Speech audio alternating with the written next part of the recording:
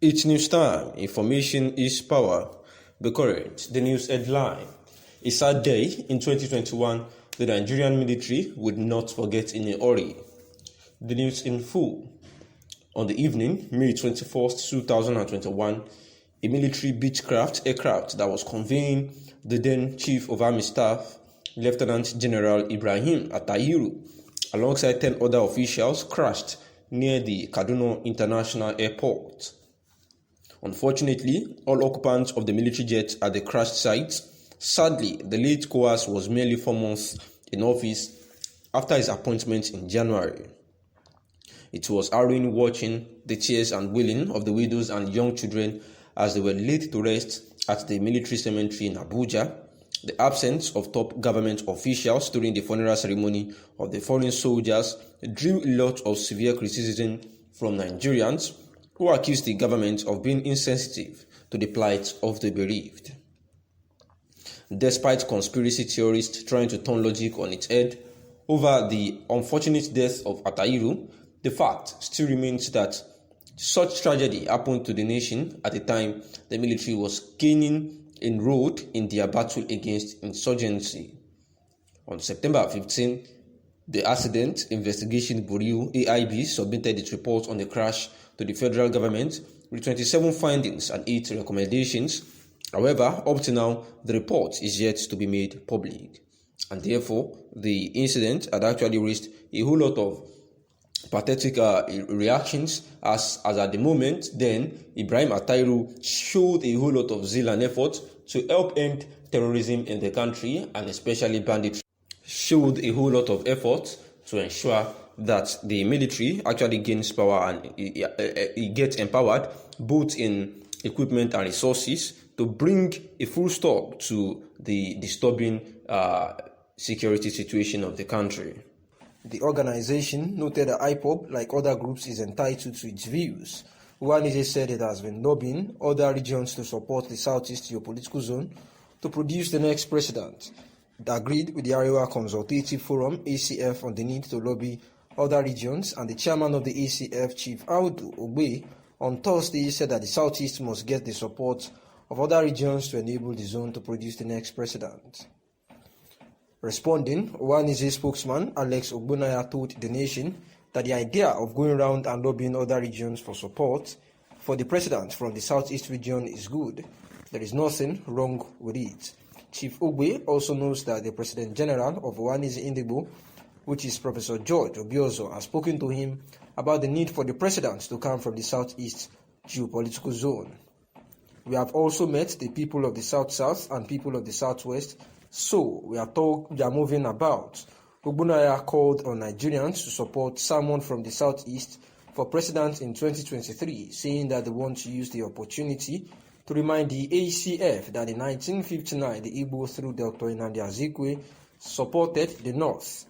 20 years after, in 1979, the Igbo through Alex Ekwueme, Keo Mbadiwe and others also supported the North, which saw the emergence of Alhaji Shehu Shagari as the president. Another 20 years after, the Igbo supported President Olusegun Obasanjo, and thereafter we supported Yar'Adua and later Dr. Jonathan. We have always been supporting others. Our simple prayer is for Nigerians to do unto Igbo what we have been doing unto others, he said. And on the misconception that IPOB represents Indigbo, Ogbonaya said that the other thing which they also said is that the IPOB is causing embarrassment and all. In response, it is strange and curious that some Nigerians would highlight the views expressed by the indigenous people of Biafra IPOB and not the ones expressed by Uwanize Indigbo. IPOB is an organization.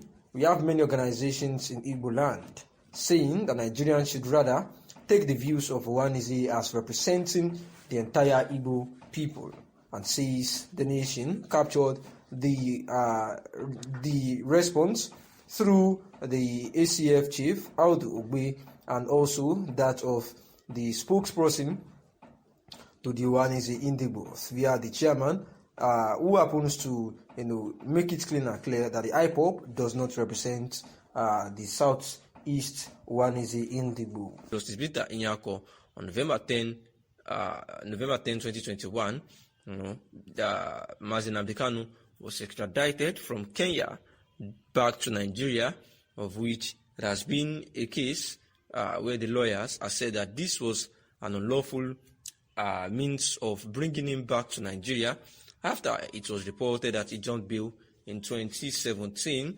where it was allegedly said that the military invaded his house and killed several people, in which his parents who actually lost their lives. And ever since then, ever since he has been extradited back to Nigeria, this case had been, had been at the Federal High Court, Abuja, where 7-count charges were made against Mazi Nnamdi Kanu.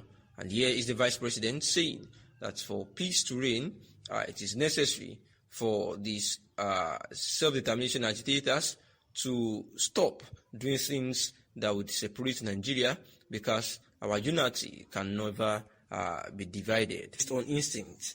Yet, there are certain things that could be done by virtues of words.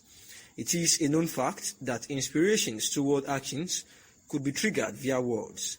This speculation has led to the subject of this article, which features to present a throwback of Obasanjo's word in 2017 that could be an inspiration for him to meet and educate present-day separatists. Sometime in the year 2017, former President Olusegun Obasanjo had an interview with Newsweek magazine, and in the course of the interview, he made heartwarming statements regarding the Biafra war in relation to Nnamdi Kanu's agitation at that time. In the same vein, he expressed his unquenchable desire to meet with Kanus alongside with other separatists across the country in order to admonish them on the need to keep secession by the side and embrace unity in the country. In the light of this throwback, here are the words of Obasanjo that could inspire him to meet separatists of today and teach them to embrace unity. Obasanjo highlights on civil war. Those who fought in the war in Biafra will not want to fight in any other war. I fought in that war, and it was an unfortunate war. I said I had fought one war too many in Nigeria. I don't want to see another, he said. This is indeed a motivating statement that could inspire Obasanjo as a patriotic leader to meet Kanu and other separatists, informing them of his experiences during the war and encouraging them to drop their agitation. 1967 to 1970. Civil war was indeed an unpleasant experience, and as Obasanjo had stated in 2017, he doesn't want to witness another war. He couldn't be inspired to meet Kanu and other agitators across the country to quench the fire that may lead to another war. Thanks for listening, and that is the news.